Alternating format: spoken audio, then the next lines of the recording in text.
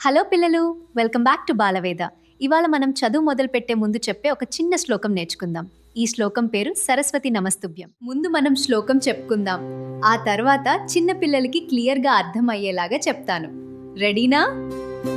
సరస్వతి నమస్తుభ్యం వరదే కామరూపిణి విద్యారంభం కరిష్యామి సిద్ధిర్భవతు మే సదా.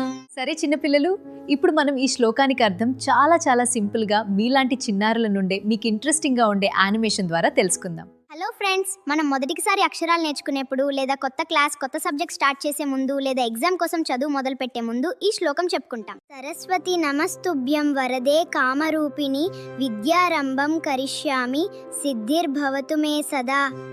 ఈ శ్లోకం అర్థం చాలా సింపుల్గా చెప్తాను, జాగ్రత్తగా వినండి.